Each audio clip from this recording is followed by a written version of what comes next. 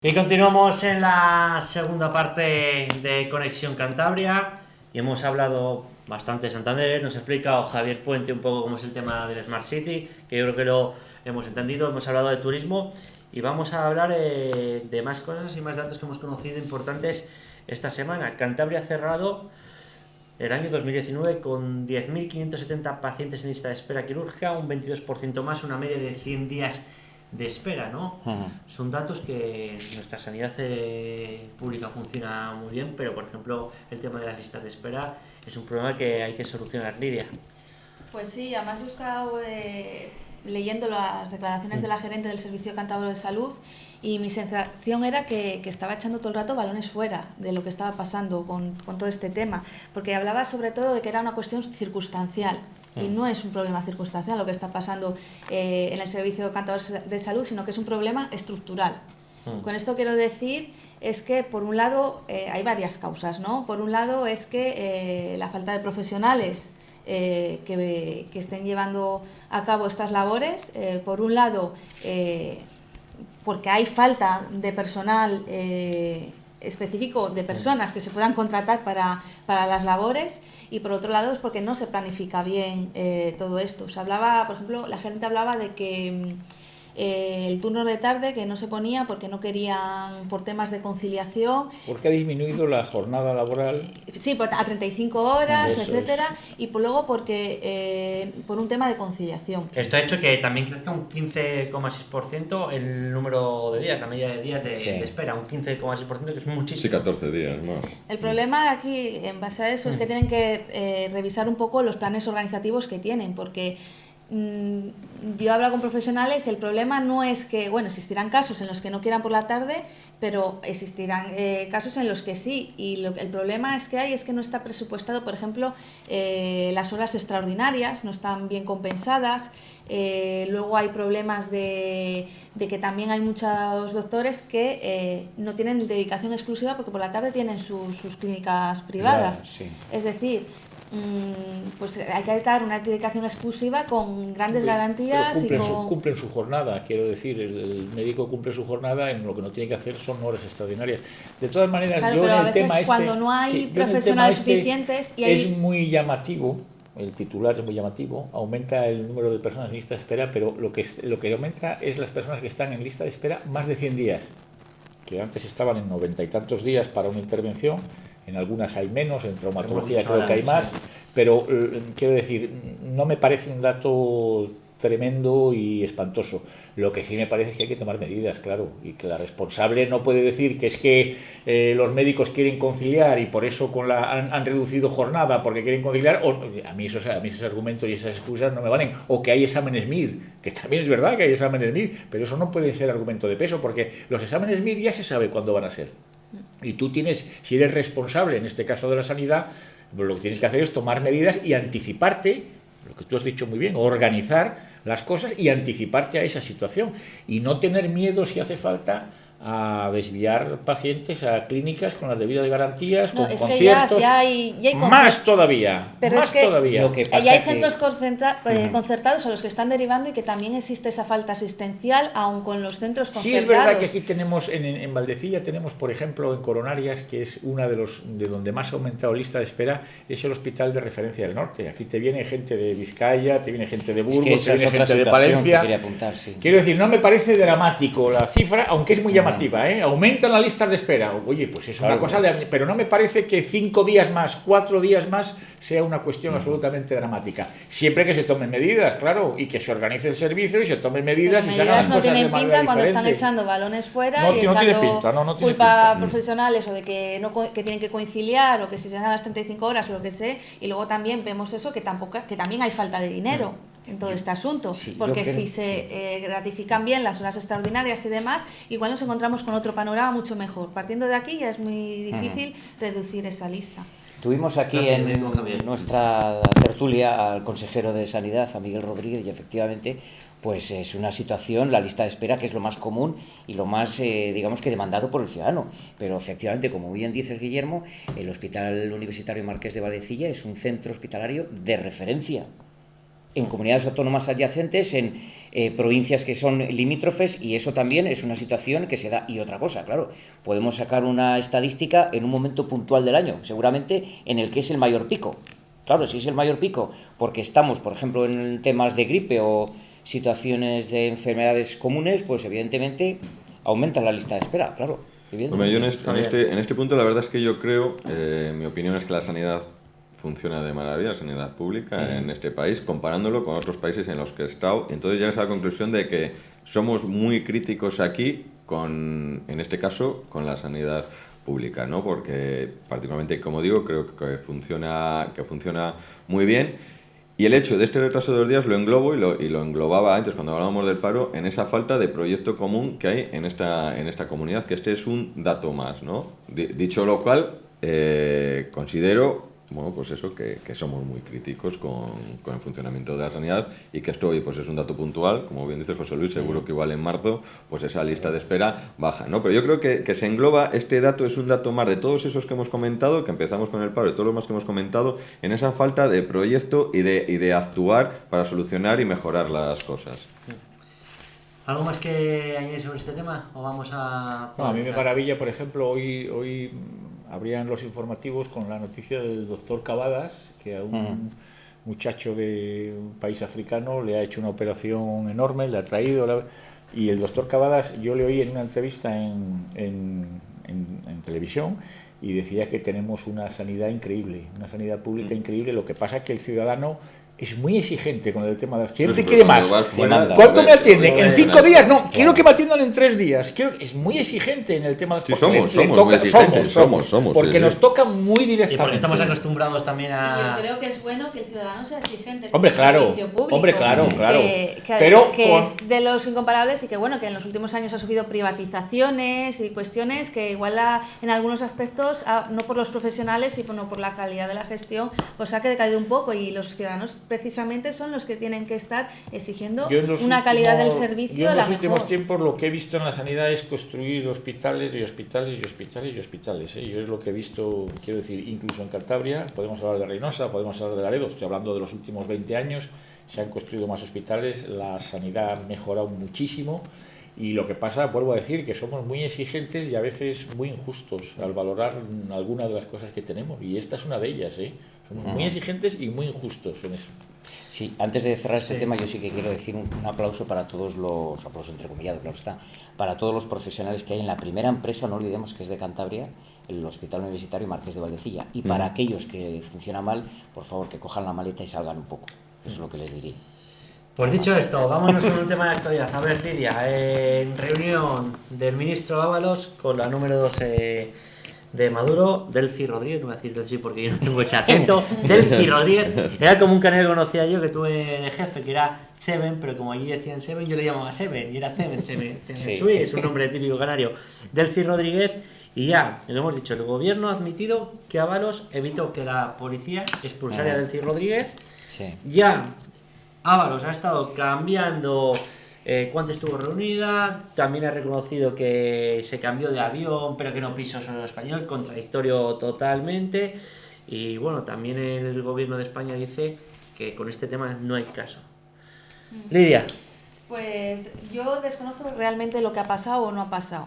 Partiendo de eso, que a mí un ministro se reúna con un vicepresidente de un país, pues es lo lógico. También se han reunido con Guaidó, la de Exteriores y demás, y ese es autoproclamado presidente cuando es un líder de una posición. Pero él tiene prohibida la entrada y tránsito en la Unión Europea, en el espacio Schengen. Sí, pero es que esa es la pequeña diferencia. El por señor mandato Guaidó de la Unión. puede ir... Sí, hombre, claro, por mandato de la Unión Europea. Por mandato de la Unión Europea es la que tiene prohibida la entrada y tránsito, porque la Unión Europea considera que aquello es una dictadura y ha aplicado sanciones. Y entre las sanciones que ha aplicado es precisamente el prohibir la entrada y tránsito en el espacio Schengen, en el espacio Unión Europea, a los dirigentes y más aún al gobierno de Venezuela. Ese es el contexto que hay. El otro señor, el Guaidó, puede ir de lo que quiera, puede entrar, salir, en fin, lo que le parezca, pero estamos hablando de otra cosa, estamos hablando de la representante de un gobierno, vicepresidenta nada menos, de un país que la Unión Europea ha dicho que es una dictadura. Entonces, ese es el contexto en el que se produce esta intervención, que hay que aclararlo, El tema de lo del Schengen, ese es un problema sobre todo de Venezuela, el que se han incumplido esos términos de que no puede pisar el espacio Schengen. Pero, por otro lado, yo es que sigo sin ver ningún problema en que un ministro se reúna, o que en teoría no ha sido fortuito, porque en teoría con quien se reunía era con el de turismo. No veo por qué no puede hablar o mantener una reunión con un líder que sí que está reconocido como tal en su país y demás. O sea, pues porque lo tiene prohibido y las leyes hay que cumplirlas, y tú eres ministro de un gobierno y ese gobierno está en una organización que se llama Unión Europea y que ha declarado que ese país es una dictadura, tú eso tienes que cumplirlo. Es decir, una norma que la prohíbe entrada y tránsito, pues ya está. No es, ¿Para qué vas allí? No es que hayan declarado que sea una dictadura, es que han decidido apoyar a Guaidó, que reconocer a Guaidó. Han aplicado sanciones a Venezuela. Eso es lo que, aquí pero sanciones se van aplicando a Venezuela toda la vida. Bueno, y de todas formas, a mí me hace mucha gracia que cada 2x3 o cada X tiempo recurrente se saca el tema de Venezuela, pues para, en este caso... Es de actualidad, ¿eh? Es de actualidad sí, absoluta, pero siempre, sí, pero siempre recurrentemente sale Venezuela constantemente para atacar sobre todo a Unidas Podemos y demás. Igual yo podría estar sacando a Irán con el tema de Vox o cualquier a Irán cosa. no, a la oposición iraní. A Irán lo sacas con Podemos, que es la que financia la televisión de Iglesias. No. A la oposición iraní, como a muchos otros Guillermo, que pueden financiar. Guillermo, déjame terminar. Dale, perdona, dale. Muy bien, Lidia. Déjame terminar. De hecho, ya estaba perdiendo el hilo. ¿Por dónde iba? Con Irán. No, con Irán antes de eso.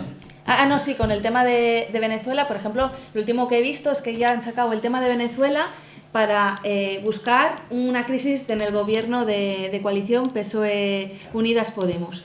Para eso se busca, porque para esto sale todo este tema, todo problema, que en otras cuestiones, con otros países, habría quedado en anécdota. Pero como es Venezuela, y Venezuela aquí se ha utilizado sistemáticamente para sacar barro, para entrar al barro o generar las noticias que se generan, entonces hemos visto eso, que se utiliza Venezuela para atacar al gobierno, de que va a crear, porque he visto noticias de que esto ha creado una crisis de gobierno entre PSOE y Unidas Podemos, cuando no es así, y cuando desde que Pedro Sánchez fue investido, a las 2 horas ya estaban buscando una crisis de gobierno. Y eso ya lo dije yo, lo he dicho hace poco en varios espacios. Se va a utilizar cualquier excusa para buscar crisis de gobierno entre Podemos y entre Unidas Podemos y el Partido Socialista, porque es que se lo están deseando desde los sectores más de la derecha, la extrema derecha, buscar cualquier excusa para buscar una crisis. Déjame que vaya con sí, concluye. Si no, y no se acepta que ahora mismo existe un gobierno que va a aplicar las medidas que tienen pactadas y que van a repercutir bien en este país. Javier, que has estado muy callado. Sí, no, bueno, oye, ¿no? Cada uno tiene su opinión, ¿no? El caso Ábalos, a mí, o sea, es bastante raro que un ministro a la 1 de la mañana coja y se vaya a un aeropuerto a visitar a alguien que encima pues tenía prohibida su entrada y su tránsito por España, ¿no? Ya la hora de por sí es bastante extraña, vamos, ya dice algo, ¿no? Pero encima eso, que está una persona que tenía prohibida aquí su entrada. Y que bueno, tampoco de este gobierno pues tampoco te sorprende, ¿no? Porque se reúne con independentistas, con los herederos de ETA, pues con gente buscada por la justicia, etcétera, etcétera. Y yo creo que es una más dentro de... Llevamos 15 días de gobierno, ¿eh? Parece que han pasado una inmensidad de cosas, pero llevamos 15 días y particularmente me parece un circo. En un día que los padres no son de sus hijos. Otro día te dice el director general de Bienestar Animal, o no sé cómo lo llame, que es que el hombre está robando la leche a las vacas, entonces que a las vacas no hay que ordeñarlas. Luego la fiscal general, o sea, el nombramiento de lo que es una ministra, a ver dónde está ahí la independencia. Luego, ese tema le iba a decir, ¿no? O sea, el ministro de Consumo, cuyo referente es Cuba, que oye, Cuba y Venezuela, pues para algunos puede ser un referente, pero ya vemos cómo viven allí, pobreza, inseguridad, etcétera, etcétera. Dice que van a subir el dinero a los ricos, los impuestos a los ricos, que deben estar temblando porque han subido la bombona el 5%, ha subido la luz, ha subido el diésel el 3%, ha subido las hamburguesas. Digo, ojo, con estas subidas de impuestos los ricos tienen que estar temblando, vamos, o sea, porque... Y como eso, un largo sin fin, que cada día viene una más gorda. En lugar de estar, y luego mientras tanto, está la confianza empresarial, que ha bajado un porcentaje, que si el Fondo Monetario Internacional nos pone ya el 1,6% de crecimiento, porque dicen que están viendo que todos los datos son mucho peores y que van a una velocidad empeorando mucho más rápido de lo que esperaban. y en vez de estar trabajando en tomar medidas que incentiven la creación de empleo por parte de los empresarios, efectivamente el gobierno no crea empleo, sino que son los empresarios, pero tú puedes crear las condiciones necesarias para que se cree ese empleo, o trabajando para para que se bajen los impuestos, o seguir trabajando por la unidad de España, que todos estaremos de acuerdo en que hay que trabajar por ello, o en elegir que los padres elijan la educación de sus hijos, o que seamos libres de elegir también el hospital al que queremos ir, etcétera, etcétera. En lugar de estar trabajando en todos esos puntos, pues estamos en que cada día hay un titular más gordo y más extravagante, vamos. Bueno, yo lo que creo es que al gobierno, claro, este gobierno de coalición no le van a dejar 100 días, porque claro, efectivamente, si a las 2 horas ya están protestando, no le van a dejar 100 días, eso está claro. Pero al hilo de lo que estamos comentando, de la presencia de la líder venezolana... ¿Del tú y qué dices? ¿Del sí o del sí? Del sí. Bueno, al hilo de lo que estábamos comentando, pienso que también en el espacio aéreo se puede hablar de lo que ocurre con los aviones americanos en Zaragoza, de lo que ocurre con los aviones americanos en la Comunidad de Madrid, de lo que ocurre en la Rota, o de lo que ocurre, con los ingleses en el Peñón de Gibraltar, por ejemplo, en el espacio marítimo, que es lo que están haciendo ahí los ingleses. Pero no lo han hecho estando el gobierno de coalición, o estando Zapatero, que defienda Gibraltar español, me encanta. O estando Rajoy, sino que son temas internacionales que se producen y un gobierno tiene que lidiar con esa situación. Ya, porque hay unos acuerdos internacionales. Un gobierno tiene que lidiar, ¿no? Un ministro, cada vez que entra una persona que tiene prohibida la entrada y tránsito, ¿vas a mandar un ministro para que le tire de las orejas o para que se lo recuerde? En este tema en concreto, pues en 25 minutos, en una conversación de 25 minutos. Yo creo que los intereses internacionales de cómo se lleva la Unión Europea con otros países también siempre responde principalmente a los intereses económicos, porque tampoco he visto yo que se pusiera mucho en el grito en el cielo con el golpe de Estado en Bolivia, por ejemplo. Que no es un golpe de Estado, Lidia, eso es por lamentable, favor. lamentable. Que no es un golpe de Estado, lo de Evo Morales no es un golpe de Estado. Es un golpe de Estado. Que no. Es un golpe de Estado que y había unos intereses económicos que intervinieron en ese golpe de Estado, perdón, que ya me estoy liando. Y evidentemente, respecto a lo que se decía, es que lo que decía, se está buscando crisis en este gobierno desde el minuto cero, no se da ni siquiera los 100 días de cortesía, como decía, que se suelen dar normalmente, y que ya desde el primer momento se están haciendo medidas en base al diálogo. Esto lo hemos visto con la mesa, con los empresarios también están incluidos, con la ministra de Trabajo, Yolanda Díaz, se ha incluido, por ejemplo, en la subida del salario mínimo, se ha contado con los empresarios también. ¿Tú crees que todas las empresas puedan, una pregunta, ¿tú crees que todas las empresas, has dicho salario mínimo, todas las empresas puedan, y todas las pymes que tengan gente contratada, pueden pagar 950 euros?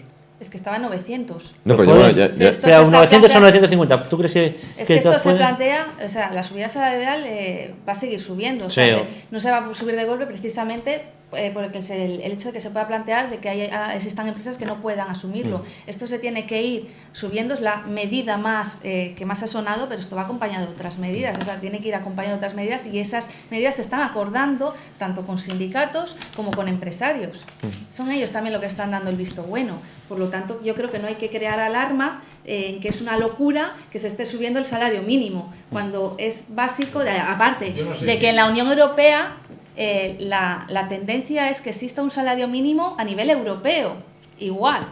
Por lo tanto, esa es la tendencia, y España también tiene que ir cumpliendo también esas tendencias. Si las condiciones económicas, sociales, de PIB, si las condiciones no son las mismas, ¿cómo vas a poner un salario mínimo en toda la Unión Europea? Es un auténtico dislate, porque no tiene la misma capacidad o la misma potencia económica Francia, por ejemplo, que tenemos un vecino que está aquí al lado, que España. Es 4 o 5 veces España más. España es la cuarta en teoría potencia económica de la Unión Europea. Pero es que las otras anteriores están en Europa.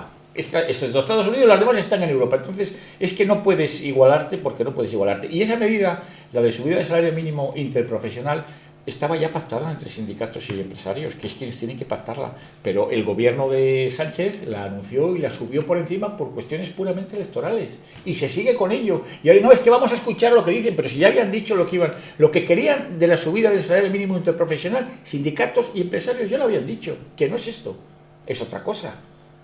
Ya lo habían dicho. Entonces, ¿por qué no se deja autonomía a las partes, en este caso, que son las que crean, son las que establecen las condiciones de trabajo? ¿Por qué no se les deja autonomía? ¿Por qué se quiere intervenir la economía desde el gobierno? ¿Por qué se les quiere marcar un salario mínimo interprofesional?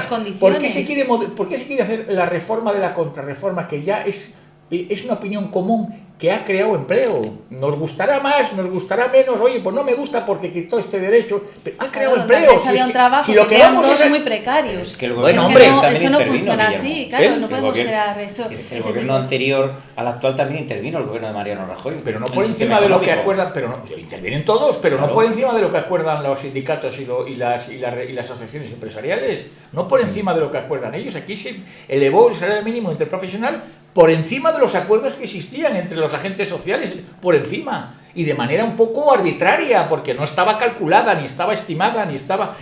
Oye, ojalá me equivoque, pero en una situación que los más optimistas dicen que es ¿de qué? ¿De recesión o de estacionamiento? No sé qué es el calificativo para no decir que hay una crisis. Volvemos otra vez a los vicios del pasado de no llamar a las cosas por su nombre. Estamos entrando en esa situación de recesión y se sube el salario mínimo interprofesional. O sea, tú tienes problemas con tu creación, con tu actividad, y te subes el sueldo o gastas más. Yo es que son cosas que no me caben en la cabeza. Javier.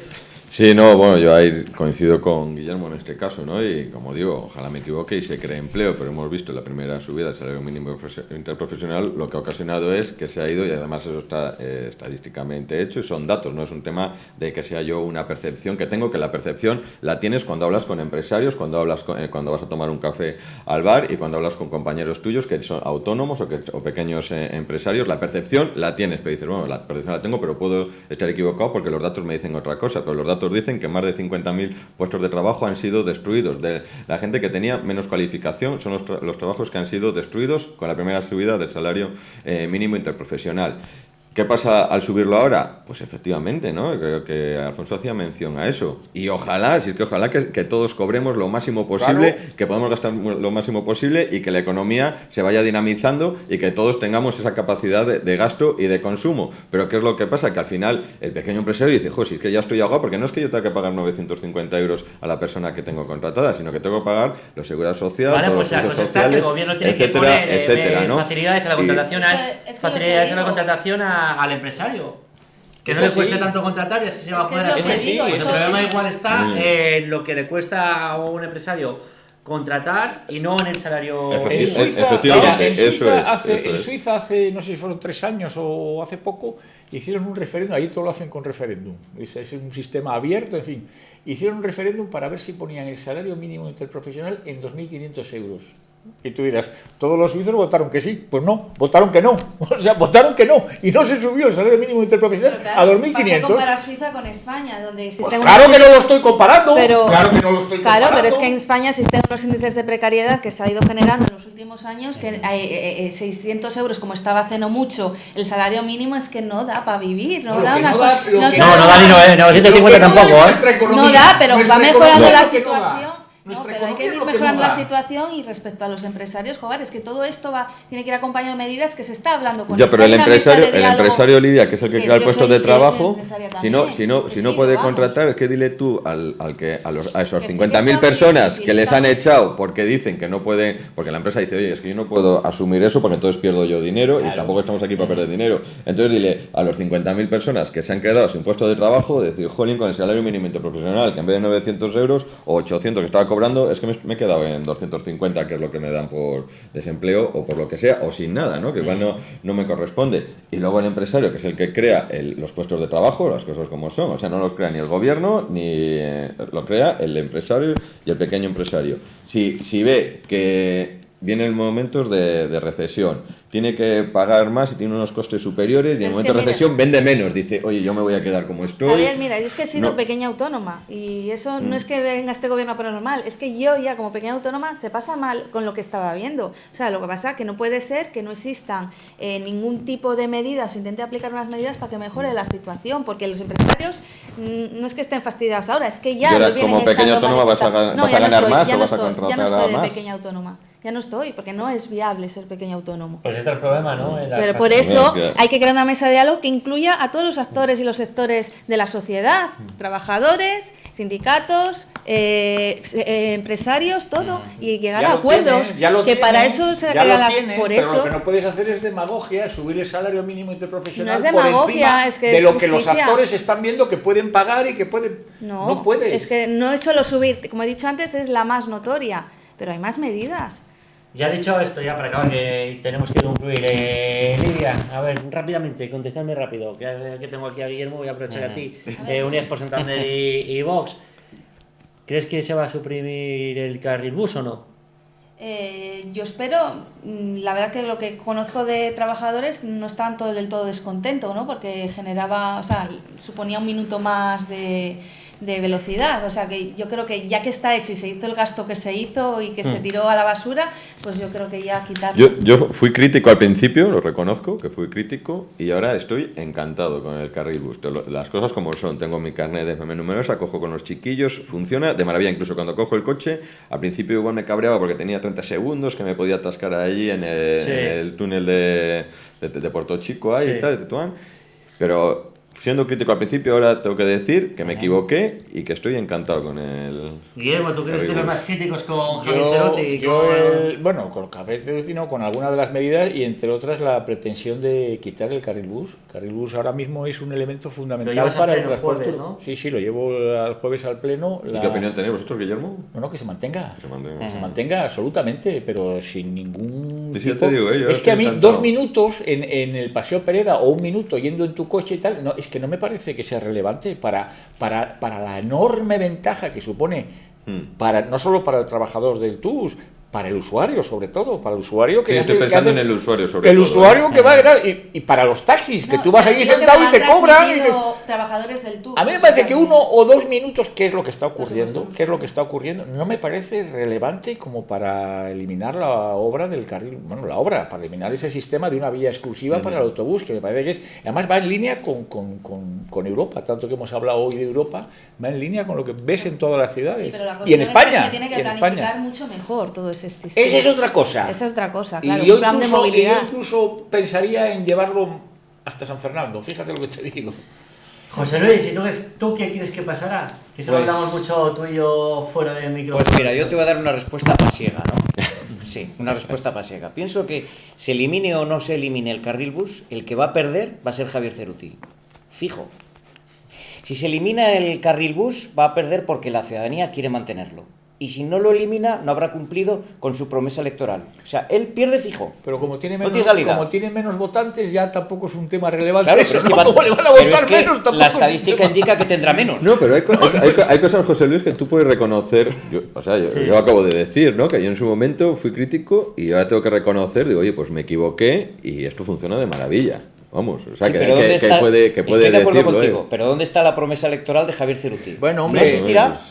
Se topó con la realidad. Como vas a decir con Sánchez dentro se topó con la realidad. Lo que hizo en su día Ciudadanos con el voto de Javier Cerutti y de una ex concejala socialista o ex militante socialista, regalando, del verbo regalar, los 2 votos, y eso va a salir. Sí va a salir a lo largo del tiempo. Regalando a cambio de 2 concejalías, las más importantes, tú me dirás. Y de direcciones generales. Sí. Que me quedo sin tiempo, Lidia, un placer como siempre. Gracias. Javier, también lo mismo. Muchas gracias. Muchas gracias, Guillermo. Gracias, Alfonso. Y José Luis, como siempre, un Gracias placer. a ti. Nosotros nos despedimos, como siempre os recordamos que el programa lo tenéis colgado en Facebook, en la web y también en YouTube, y estará colgado también en cantabria24horas.com. Como siempre, muchas gracias por estar al otro lado. Adiós.